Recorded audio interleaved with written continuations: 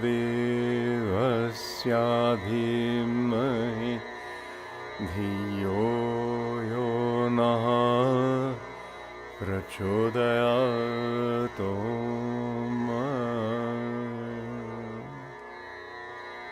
Om Bhurbhuvah Swah Om Tatsaviturvaraniyam Bhargo Devasya Dhimahi Dhiyo Yo Naha Prachodayatu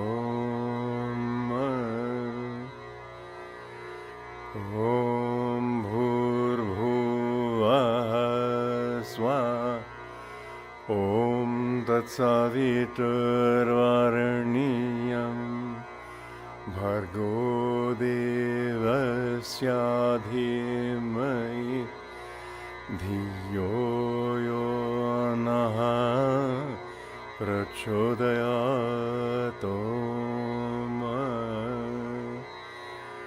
Om Bhurbhuvah Swah Om Tatsaviturvaraniyam Bhargo Devasya Dhimahi Dhiyo Yo Naha Prachodayatu Om Bhurbhuvah Swah Om Tatsaviturvaraniyam Bhargo Devasya Dhimahi Dhiyo Yo Naha Prachodayatu Om Bhurbhuvah Swah Om Tatsaviturvaraniyam Bhargo Devasya Dhimahi Dhiyo Yo Naha Prachodayatu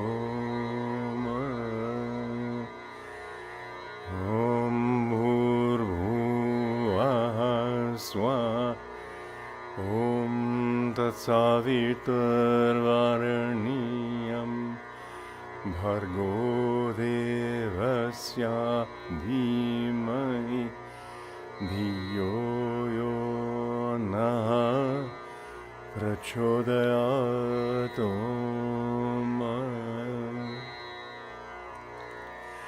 Om Bhurbhuvah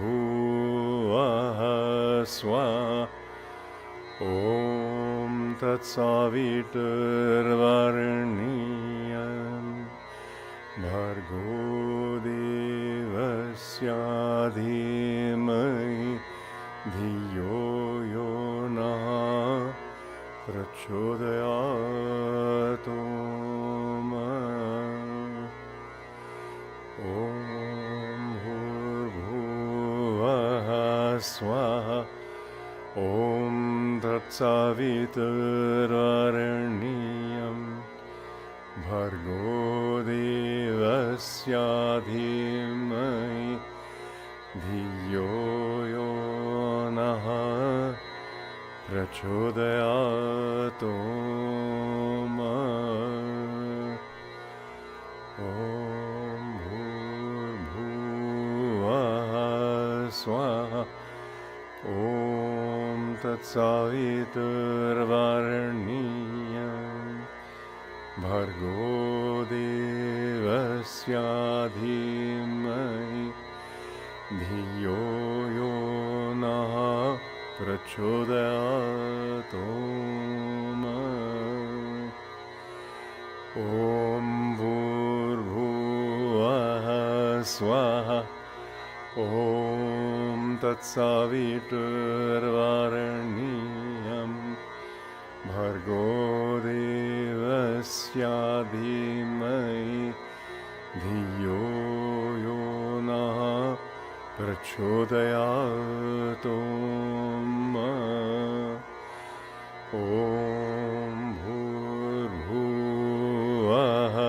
swaha. Om tatsaviturvarenyam bhargo devasya dhimahi dhiyo yo naha prachodayat.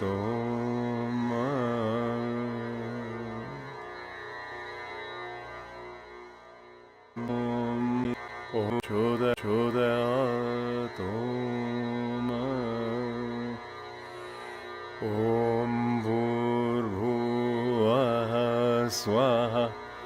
Om tatsaviturvarenyam bhargo devasya dhimahi dhiyo yo naha prachodayat. Om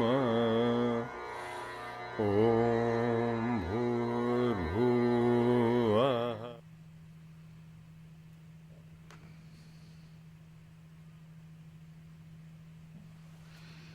Om Shanti Shanti. Amen. Welcome everybody to today's class. This is the fourth class on the topic of balance. And today it'll be the last class also in this class series.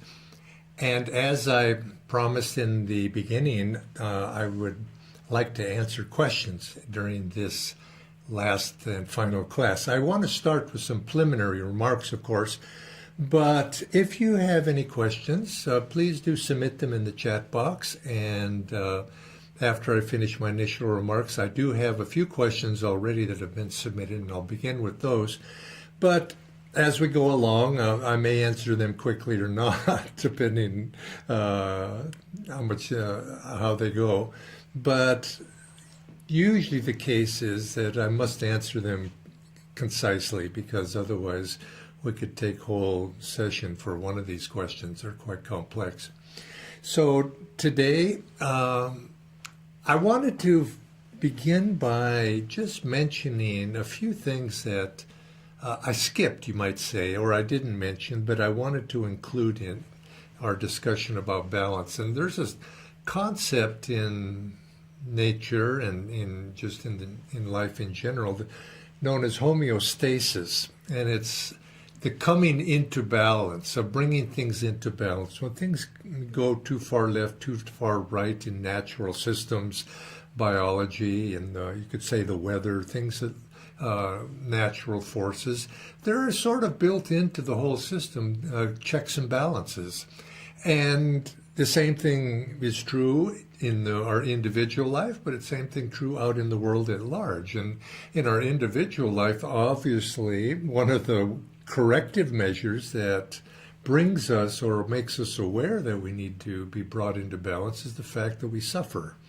We experience pain, sickness, illness, disease. These sorts of things are, you could say, sending us signals that something is amiss and we need to correct that.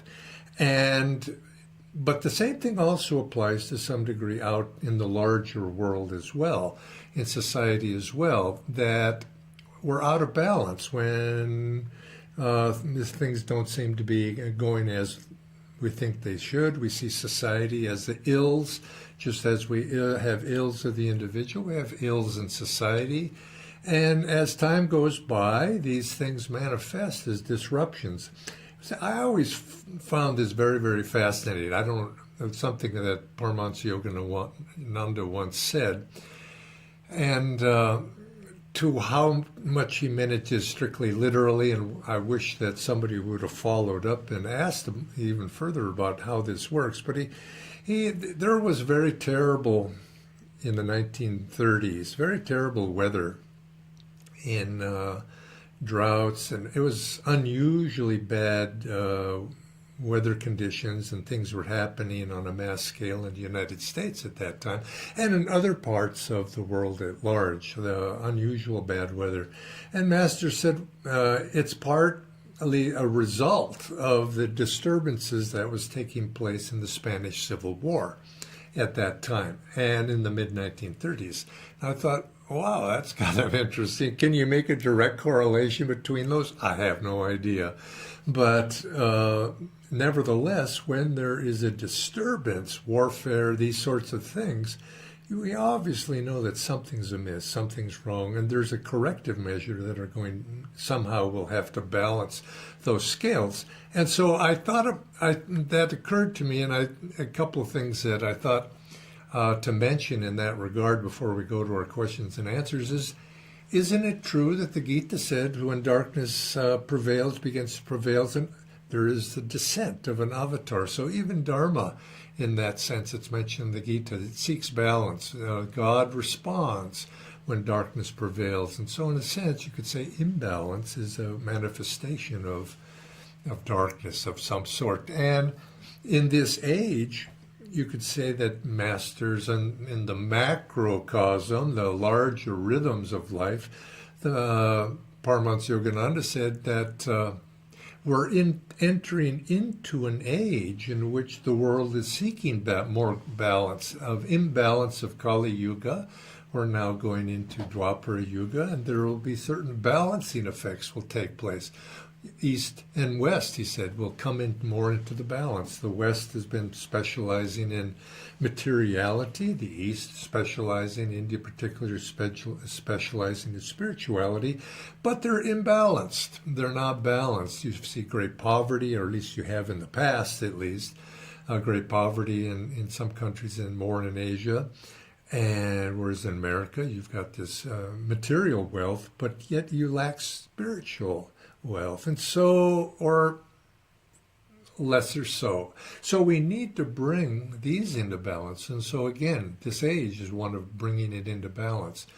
You also find you find other imbalances. You can see Kali Yuga was a time of very strong masculine energy, material. It was a little, there's those qualities associated with masculine traits overemphasized. And so you're finding in here that the place of women in society is coming to the fore, and the female energy is more coming into the world. And we see that taking place around the world, that the role of women is changing and coming, perhaps, I hope, but I think it's true, the Master said this, so bringing it into balance.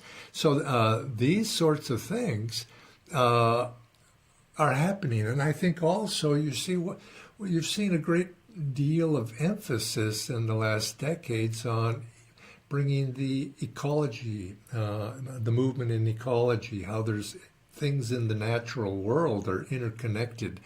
And great progress technologically has been made over the last centuries, but also it's been at the expense of perhaps balance in the world of nature itself. And so this has been also one of the things that is being brought into balance. And you could say, just as in our individual karma, we have to bring, if it's happening for each one of us, we have to be coming in balance. So it is for the world at large. I'm not sure if I mentioned it, but there was one thing I remembered that Master had said to Swami Kriyananda when he came to him as a disciple. He said, you have good karma. He says, after many lifetimes, your karma, everything has balanced out now. And so, in other words, he could make great progress. He could find freedom in that lifetime if he applied himself, because his karma had come into balance. And I like to think this applies to any of us that are sincere devotees of a great master. Obviously, we're blessed to be able to have that opportunity to be close to a master and to be able to be given the techniques and the opportunity to express our discipleship to that great master. I like to think that perhaps our karma has been balanced to some degree to allow us to be able to do that. And I think we've been given the techniques. Now it's up to us to make use of those techniques. And I think Kriya itself will be an instrument to bring society into balance, and to bring some of this imbalance and harmonization. But when we speak about balance, often I want to live a balanced life. We think about the outer things. Well, I need to be a little bit more in this direction, and I need to take up perhaps these habits or these tendencies. And we think outwardly in terms of being balanced. But really, it comes down to inside, being balanced within. And what is Kriya? It's a technique to bring us into inner balance. And when that we are balanced inwardly, we find that we begin to express ourselves in a balanced outwardly. And when society has enough people that can bring inner harmony and inner balance into their lives, it too begins to come into balance. And so each of us individually has a role to play. And don't think, oh, what can one person do? It doesn't take many to tip the scales. Most people, as Swami Ananda used to say, and even you can relate this to the topic of balance, he says most people in the world, some like this, some like that, it tends to all these tendencies tend to just simply balance themselves out, and nothing really changes too much. But if you have a few people with focus and concentration and are strong in a certain direction, that's enough to tip the scales. And so it was. He says all great movements start just with a few people. And so in a sense, let's take that to heart as disciples at this moment in history, because we have that potential, joining our forces together, meditate and putting out light, and we can have a significant influence on this age to come. So with that, just those preliminary remarks, let's go into the questions that have been submitted. And I have 3 here somewhere. I'd like to start with, but like I say, you can add them into the chat box. And when I finish with these 3, then I'll go to those as well. And this first question is actually got multiple parts to it, so I'm going to break it down. And this one says, in the last class, you mentioned that when we are imbalanced, we tend to substitute willpower for devotion. This point was eye-opening.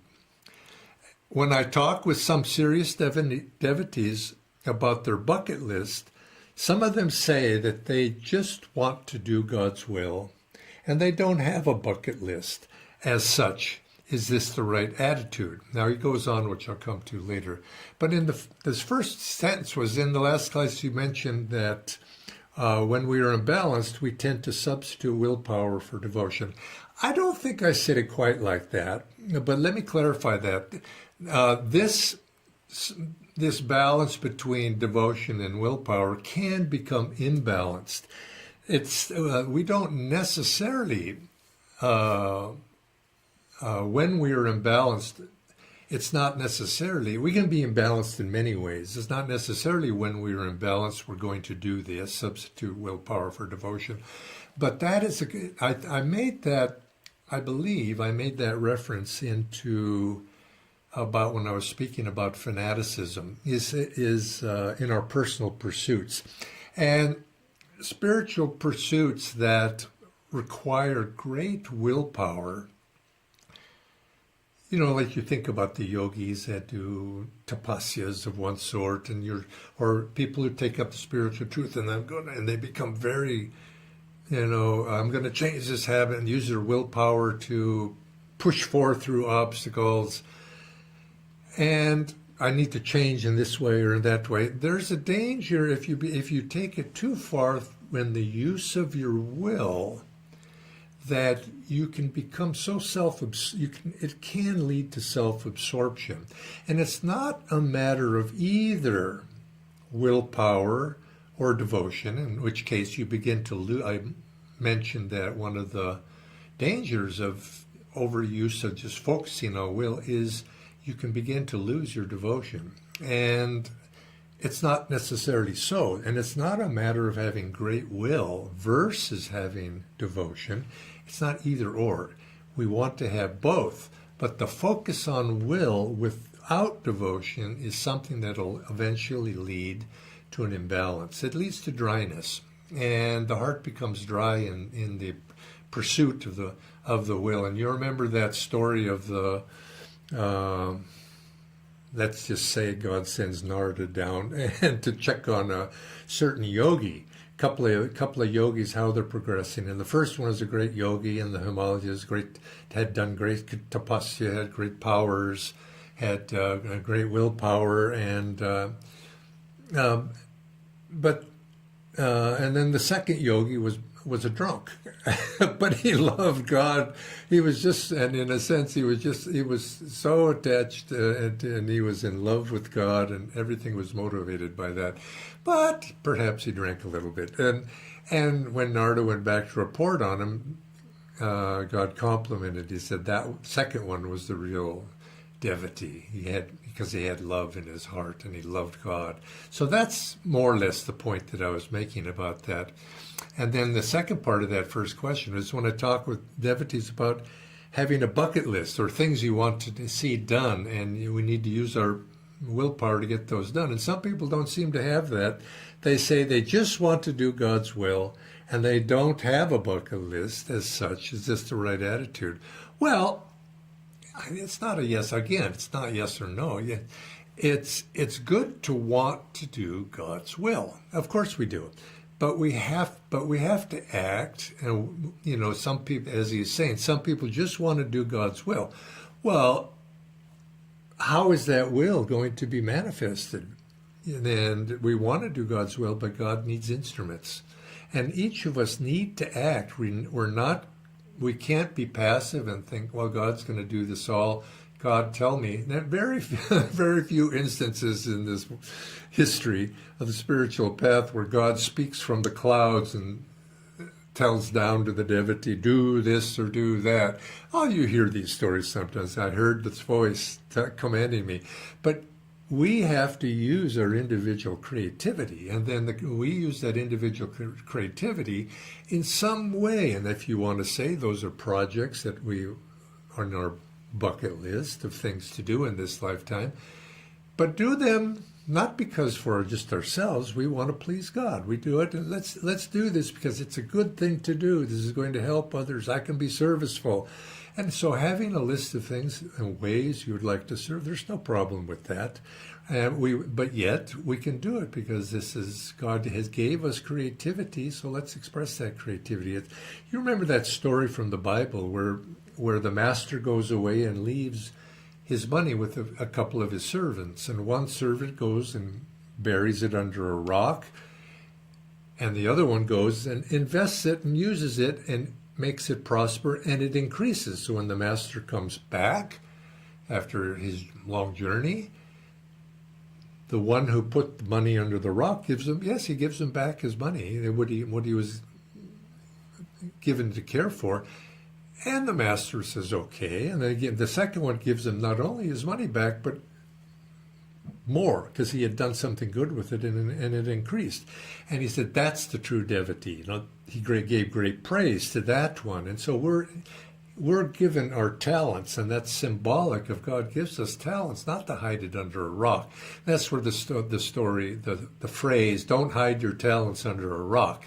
And we're thinking talent, of course, in those days was a form of money. But talents for us, of course, is our talents, our abilities, and use them. And so, and creativity as we use them. So it's not an either or thing. We have to be the instrument of that. And of course, our natural creativity says, well, I could do that, and I could do that.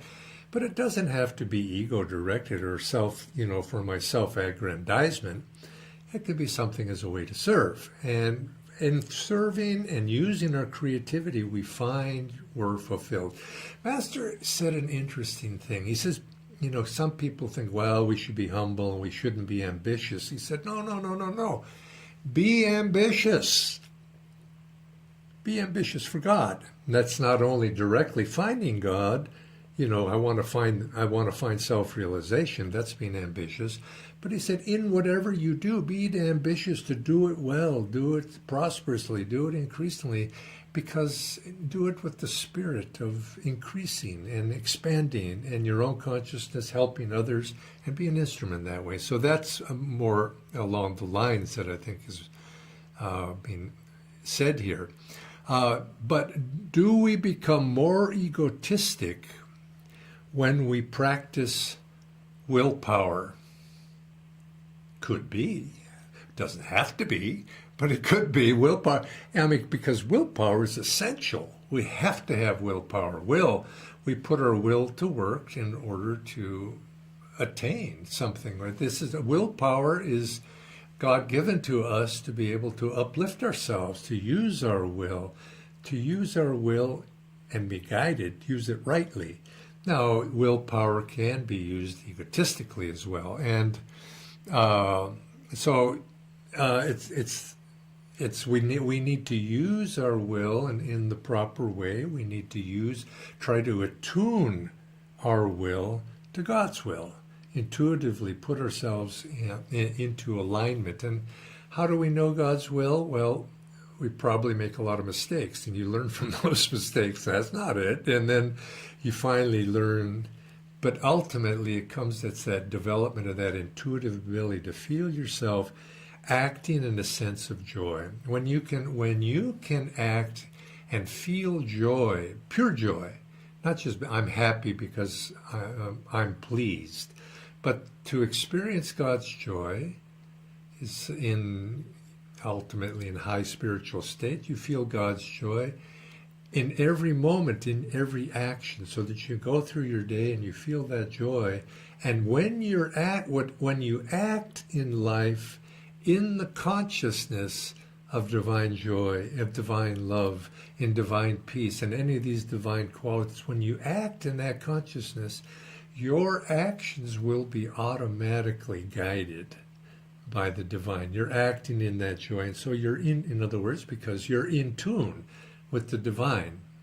And actions done with pure attunement are going to be actions according to God's will. And this is so, consequently, actions not in tune, you could say, are going to be guided by ego. So but again, we're on a scale. It's directional.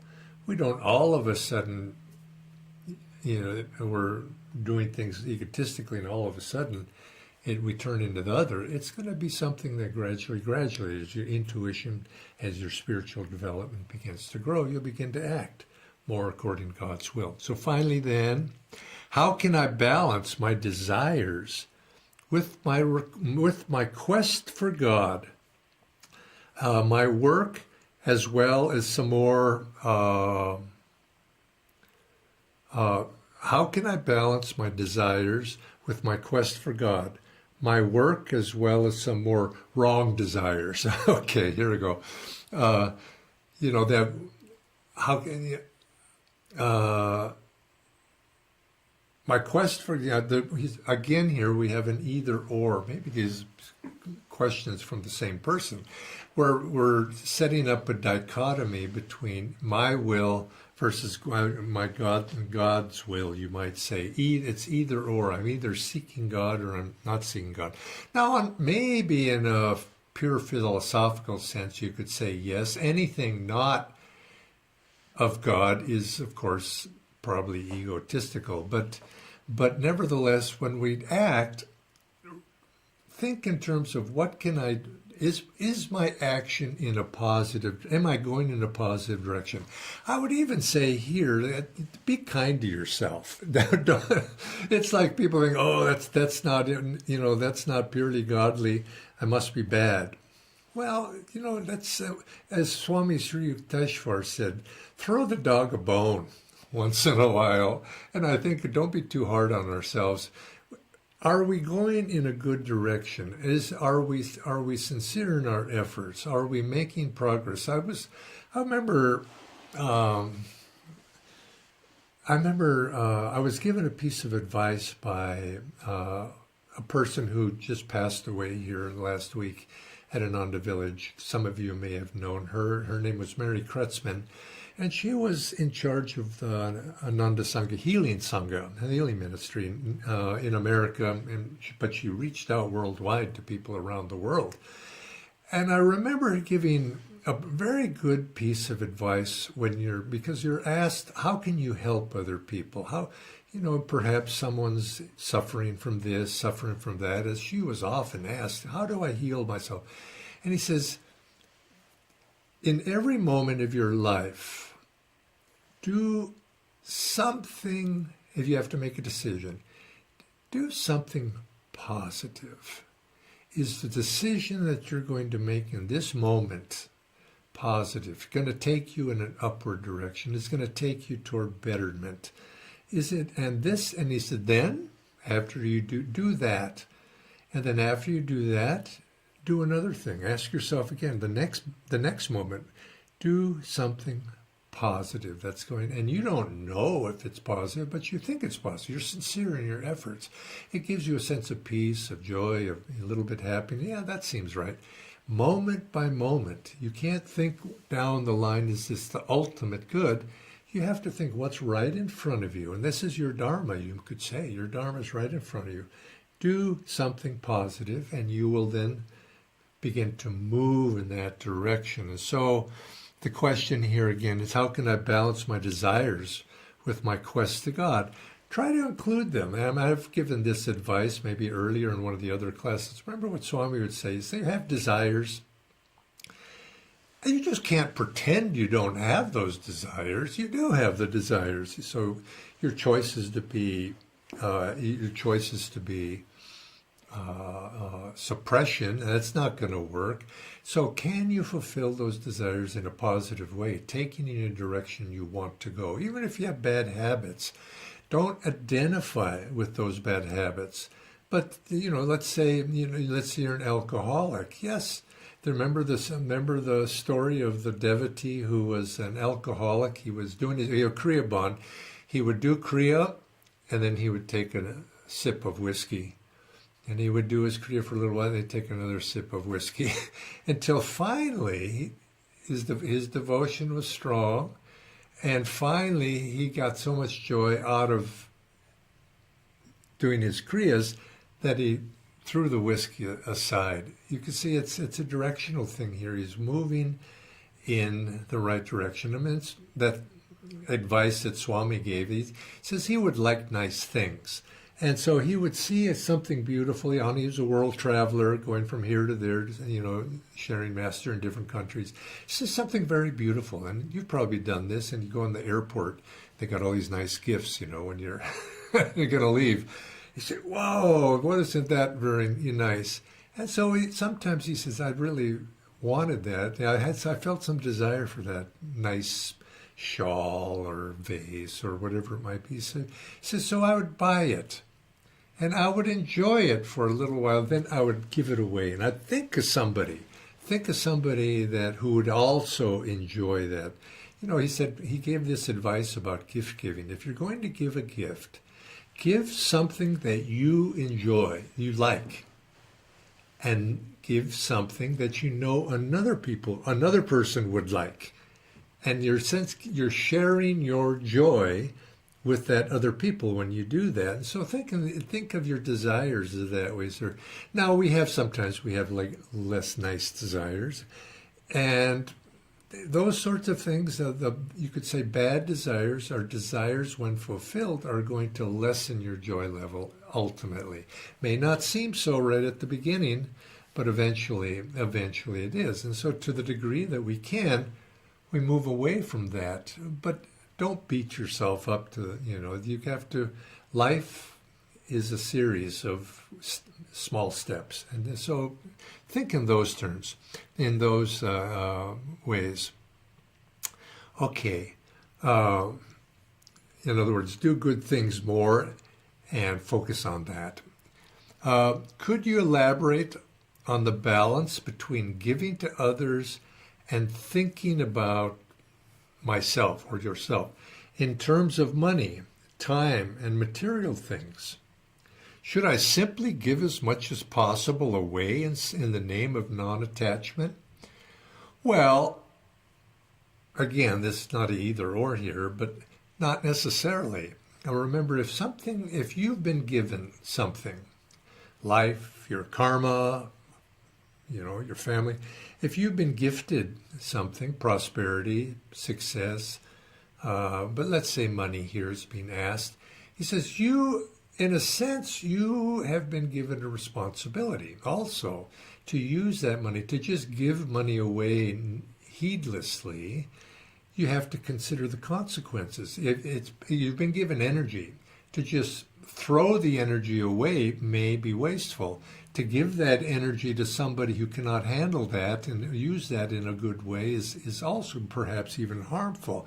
And ultimately, if you dissipate it in one of those two ways, or just self-indulgence, you're basically going to lose the magnetism that had drawn that energy to you in the first place, which is not what we want. We want to have that magnetism, the magnetism that can attract prosperity, material prosperity to you, can also be used to draw higher things to you, can draw friends to you, can draw good circumstances to you, can draw spiritual value to you. So these things, you don't want to, money in and of itself, there's nothing, it's just energy. And so treat it with respect. And I think the best thing to do is to use money, to use prosperity, to use these things for the betterment of other people around you so that it makes life better. The fact that you can, some people say, well, I'll use it, but I don't want to make myself better because there's a certain guilt factor there. And I think that's a little bit of attachment here. The fact that you happen to be riding on the wave while helping others is not wrong. It's not being self-absorbed in it. Don't be attached to these things. That's the thing. Can you be happy when you're sad? When circumstances are not favorable to you? The money goes away, you don't have money. Can you be happy? Well, I think so. I can be happy. Then the same question is, can you be happy when money comes to you? Wealth, prosperity. Some people would say, well, it's a burden. I don't want it. Well, I can understand that as well. So consequently, if you can't handle money, perhaps you find somebody who you entrust it to, who can use it and do a good thing. But you don't, just giving away, you don't abandon the responsibility. So you have a responsibility to do something. And if you can't personally do it, well, allow others to do it, and you can give it to them. So just like here we have, we've created this foundation here, the Janaka Foundation, that people bequest their perhaps estates. When they die, they give their estates in their wills and so on. People give that, and something they can give to it while they're still alive too. They've inherited quite a large sum of money. They don't know quite how to best use it, but they know, I'll give it to the Janaka Foundation, and the Janaka Foundation then has a board of directors, and we give worthy projects that serve Master's work. We give that to that. So there are ways to do that, but just to abandon it, to give it away heedlessly, is not always necessarily the right thing to do. And so, because we do have the responsibility, what we want to be is we want to be non-attached to it. And if we can do something serviceful at the same time, why not? Why not do that? Now I have other question here, it's been submitted. How to stop procrastination? Now, of course, I would rather get questions that are having to do with balance, because that is so let's just say how to balance my life between over busyness and versus procrastinating. I think in a sense, I think maybe you could relate procrastination to willpower, just putting off until tomorrow. Put off to tomorrow what should be done. Don't put off to tomorrow what you need to do today. And I think you could say procrastination. In the larger sense, all of us are procrastinating. That's a tongue twister. And that because, in a sense, we're procrastinating our kinship with God, our journey to God. We're putting it off tomorrow, what really should be done today. And so I'm going to answer it on the spiritual level, but that applies to the day-to-day little things that there are certain things in life we have to do. And there's certain things of our soul needs to do in order to be fulfilled, and that's ultimately self-realization, God realization. That is going to nag at us until we fulfill that, and that nagging becomes suffering eventually, and we can just put it off until the suffering becomes so unbearable that we have to do something. And that's often the case for many. And so you could sort of say that I'm not going to procrastinate cleaning up the house. Well, you could put it off until finally you can't stand it anymore. And there's consequences. The neighbors, you have all the junk in the yard, you're not cleaning it up, you're getting complaints. Life itself will begin to hammer it on you. And so why go about life like that? Why not take the initiative? And we find that the spiritual path, this is about, we need to take the initiative at some point. We're awakened to that need. But until we're awakened to it, and usually it takes suffering to wake us up. And so, but we don't have to do it that way. We could take the initiative. We could use our willpower to do something. But most people don't seem to do that. But I think a devotee gets to the point where they say, enough is enough. I'm gonna do something about this situation. So let's apply this question about procrastination. Let's think of it in the large terms, in terms of our spiritual life. You can go on for incarnation after incarnation after incarnation. It's your choice. And some people say, well, I just want to play. That's all I want. I don't want to do all this work. I don't want to find God. I just want to play. Divine Mother says, that's fine. Go for it. And then you reap the consequences. You reap the karma. Now, that's one way to look at the spiritual path. But the other way that I think is even better is to get a taste of what it's like to actually seek God.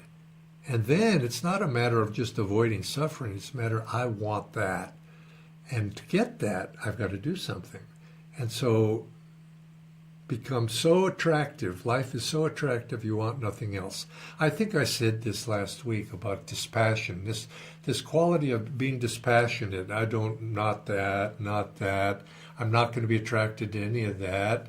And I'm going to not allow myself to be drawn into Maya and all of that. It's one way to approach the spiritual path, has its value. But true dispassion is that positive side of tasting something that's so attractive that your mind will not go anywhere else. There's nothing else that's going to satisfy you. And that's what we want. You become drunk for God. And that's what if we want to overcome procrastination, think in terms of the positive things that we could find in life, the positive benefits of whatever it is that we're procrastinating about. And if you really want that, wouldn't it be so nice if and that wish for that supersedes all of the reasons why you won't do that. We won't go out.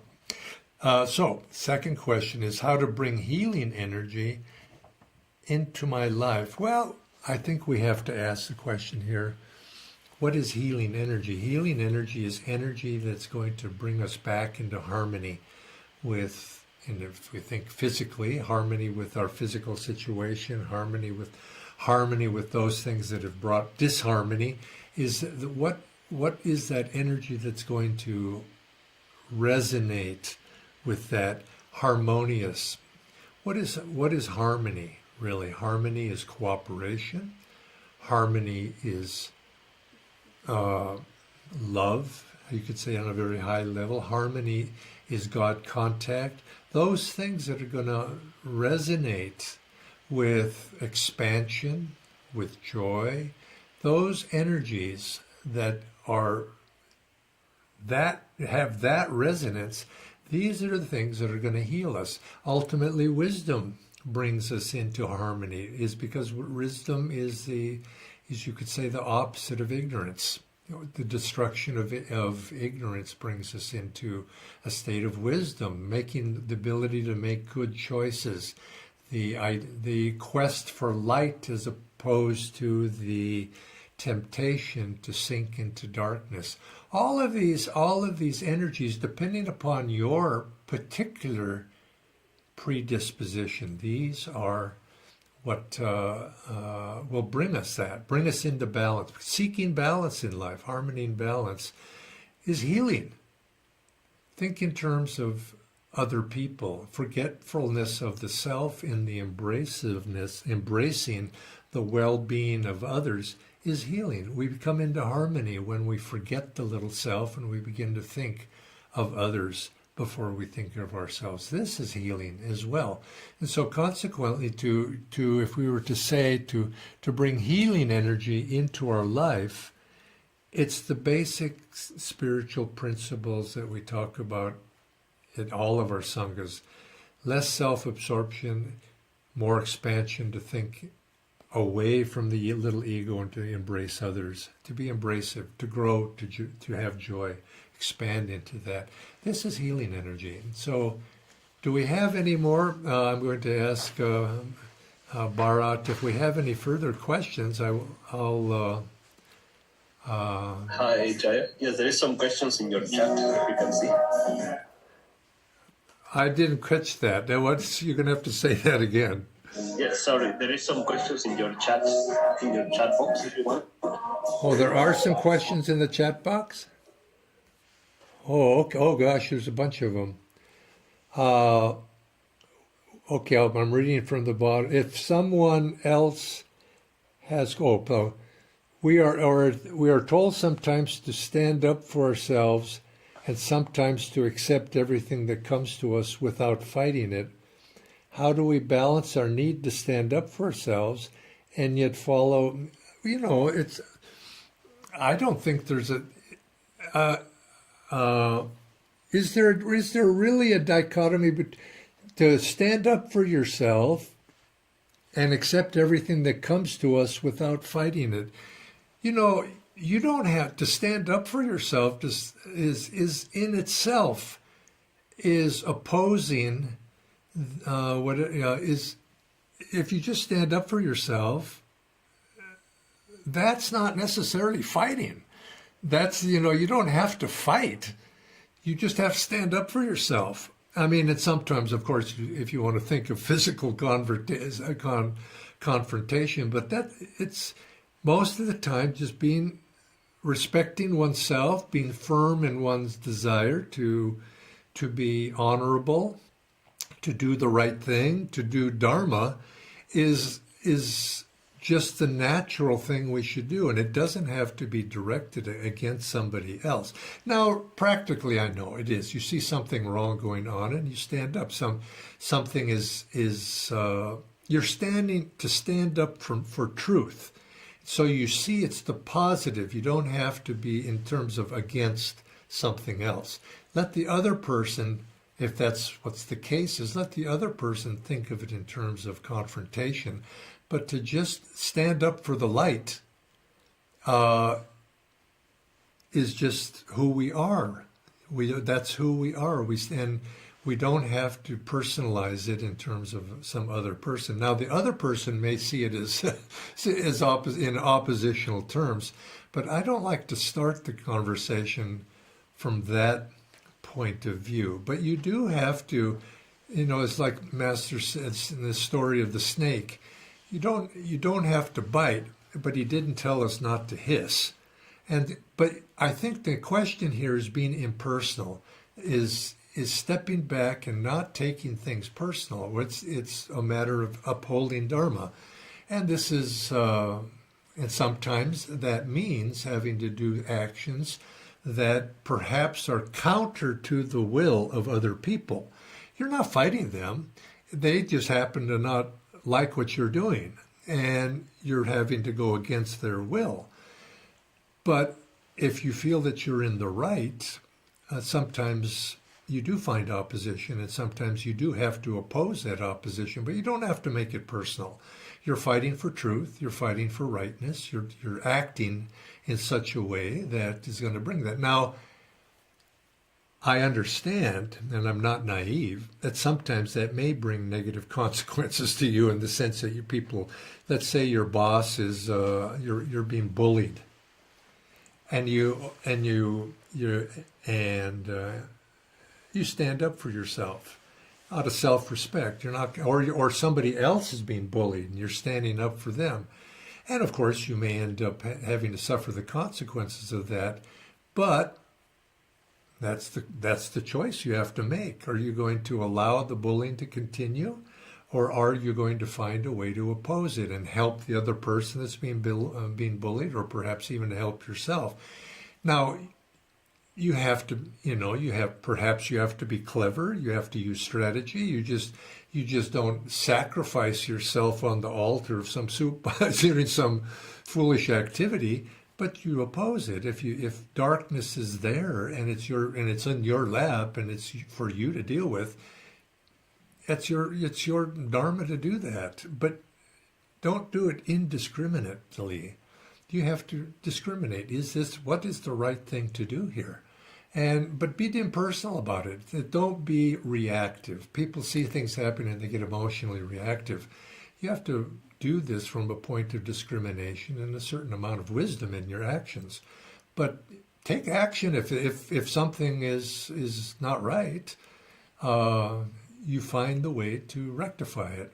So the question is to stand up for ourselves.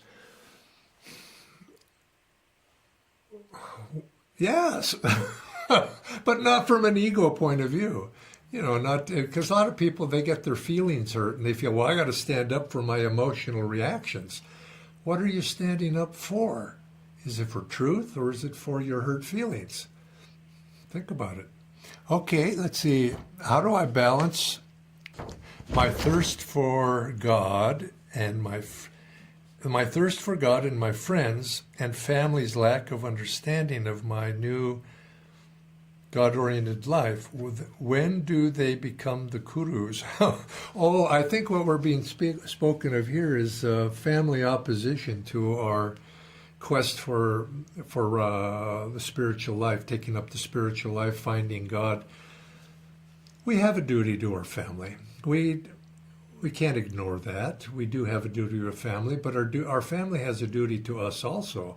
And the fact that we're trying to find and if you take it out of the realm of religion and just thinking in terms of perhaps that previous topic we were mentioning, we want to be an instrument for truth. We want to be an instrument for rightness. We want to be an instrument for goodness. We want to be an instrument for bringing joy to other people. And let's say our family opposes that. Well, there comes a point where we have to ask that question that Christ posed to his disciples: who is your mother? Who is your father? It's God. God and the Divine Mother. These are your mother and your father, and you have to serve God and gurus. And now, to the degree we can, we make accommodation for our biological family. And we try to see serving God and gurus in our mother, in our father, and our brothers and sisters.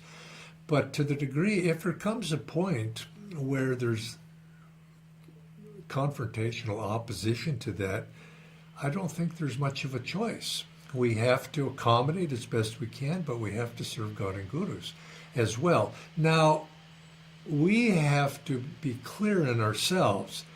What does that mean? Serving God, serving gurus, serving love, serving light, bringing goodness. Now, if your father is a mafia boss, should I serve him or should I serve something else? You can see now but for most people it's not that clear. We have to use our discrimination, because usually, what do your parents want? What does your family want? If they're spiritual, they want your higher welfare.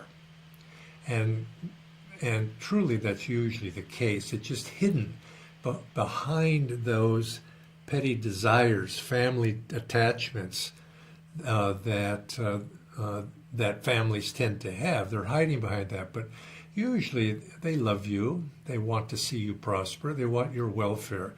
And so if you can in a sense, bring about understanding. Mother, Father, I know you love me. I love you.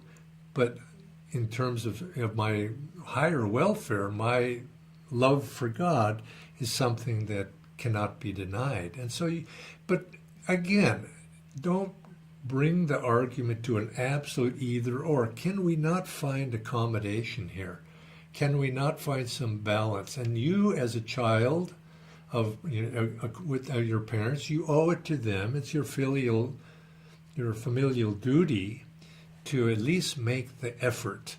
But of course, there comes a point where you cannot abandon your spiritual life, your spiritual quest, and you can only take that accommodation so far. So you have to make the effort to that. And I think all of us, to some degree or another, have faced that. Our parents, family have been disappointed in us because we didn't follow the traditional path. Well, that's you won't be the first one nor the last one to have to face that. But I've found, practically speaking, what parents, as I said, really want is they want your welfare. They want your true happiness. And if you follow the spiritual life, finding God and following your guru's, the path of your guru, if you demonstrate that your life is successful, you're happy, you're joyous, you continue to love your family, you haven't abandoned them, you want to include them, that in time the parents come to see that you made the right decision, and usually things work out for the best. Okay, I think, is that the last one? Okay, can we use our low moments to help us love God more? I hope so. I've done that. I think sometimes when we're at our lowest points, we're forced in a way. I have, everything's like sand. It's gone through my fingers and I hold nothing. And you feel depressed. Who do we have to turn to? It's God then is there. And you remember the story of the Buddha and the courtesan. Courtesan wanted Buddha's love, and she was a disciple, really, but she wanted more than just being a disciple. But Buddha said, but someday I will come to you. And eventually time passed, and all of a sudden he was, many years later, inspired, and he jumped up from his meditation and he says, I must go. The courtesan, whatever her name would be, she's calling me. I must go to her. And he ran off to her. And of course all the disciples were aghast. My God, he's abandoned his meditation, he's abandoned his practices, and he's running off to the courtesan. And so they ran after him, and sure enough, he ran to the courtesan. But now years had passed, and the courtesan, her beauty had gone, her health had gone, and she was on her deathbed. And he took her in his lap, put her head in his lap, and he says, my love, I've come back to you. I have come, to now at a time when you need my presence. You have my love. And guided her out of that body into the next life, or into the astral world. His love was with her, but it was on an elevated level. And in a sense, this is how we should be with our family. We maintain the love. And when they're ready to receive that love, and when they need that love, we're there to offer it to them. We never let it go. And because this family's been given to us.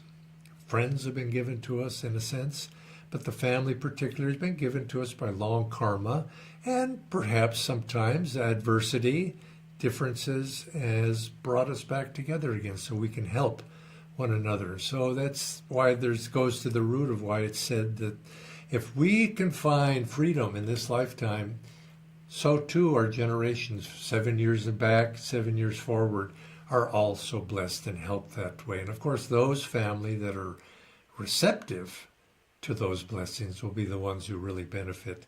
And the real family of that person who attains that self-realization is the disciples. That's who our real family is. It's our spiritual family that ultimately carries with us lifetimes after lifetimes. Guru disciple and our fellow disciples in Guru Bhais.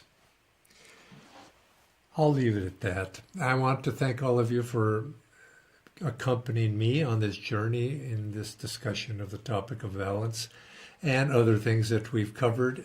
I hope again next holiday season will come now, and after the holiday season passes, we'll come back again with another subject. If you have topics you would like us to address, please contact Bharat, and you can suggest those to him, or you can even send emails to me. And if you have further questions, send me an email. Bharat can give you that email address, and I will try to get back to you. I'm not always quick with my answers. Sometimes I have to think about them, but I will answer. So if you want to send me an email, please do so. So God bless all of you, and may you have a happy holiday season, a joyous holiday season. May we touch one another in the all-day meditation that we have this year at this time of year. God bless all of you. Joy to you.